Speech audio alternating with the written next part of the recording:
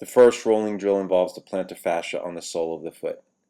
Be sure to begin this roll with a tennis ball, moving up to a lacrosse ball, and then finally a textured ball like the one shown here to get in a little bit deeper.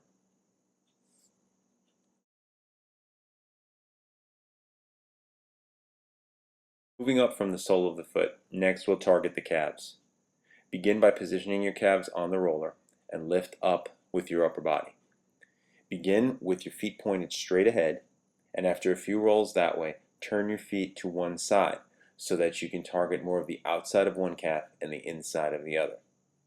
After a few rolls there, be sure to turn your feet to the opposite side.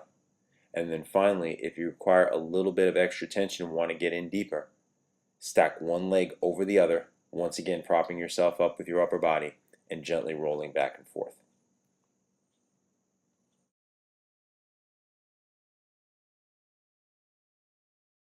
Next, we'll target the glutes. Begin by sitting on the roller and then crossing one leg over the other and then leaning to the same side as the crossed leg. Using your back arm for balance, position your top arm on your shin, rolling back and forth. This will allow you to get in nice and deep into the piriformis and loosen up those tight glutes.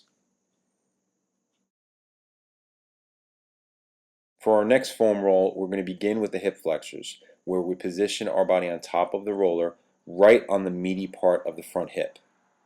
We'll dig in and stay in a 6 to 8 inch area there, rolling back and forth to open up that hip flexor. If you require extra tension here, you can stack the legs using your upper body to help balance. Once done with the hip flexor, we'll take it down the entire side of the leg to involve the lateral quad and the iliotibial band, making sure to go all the way from that hip pocket area right down to the top of the knee. Coming back and forth, starting out by using the top leg and the arms to disperse the weight, and then as you get better at it and require extra tension, you can once again stack the legs.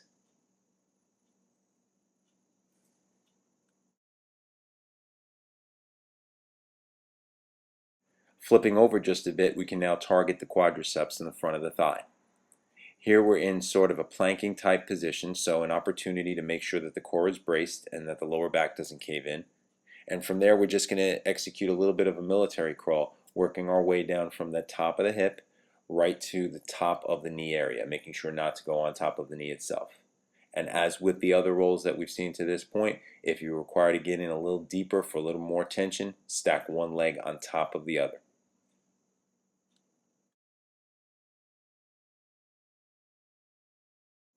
Next up, we'll go after the adductors or the inner thighs.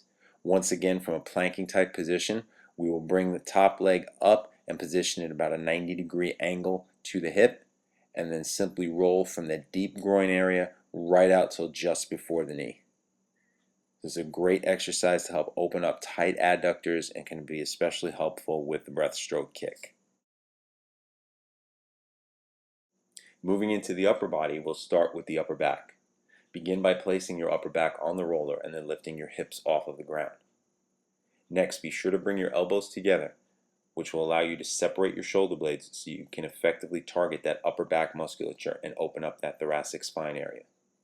After several rolls, be sure to tip over to one side so that you can get more onto the rear deltoid area. Make sure to do that to both sides. Next up, we'll get the lats. For this one, you're going to roll over onto your side and position the roller right under the meaty part of the armpit, extending that underneath arm with the palm held up so that it's off the ground.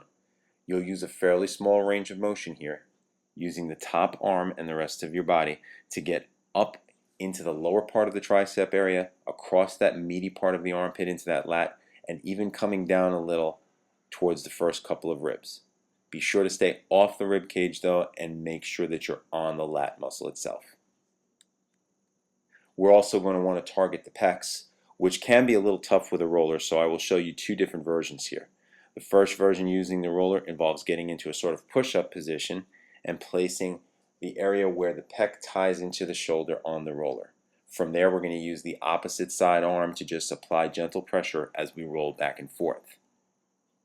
If you'd like to get a little bit deeper, once again starting out with a tennis ball or a lacrosse ball, place the ball between yourself and the wall and just work into that pec front delt tie-in. As you get better at it, you can use a textured ball like the one shown here to get in even deeper.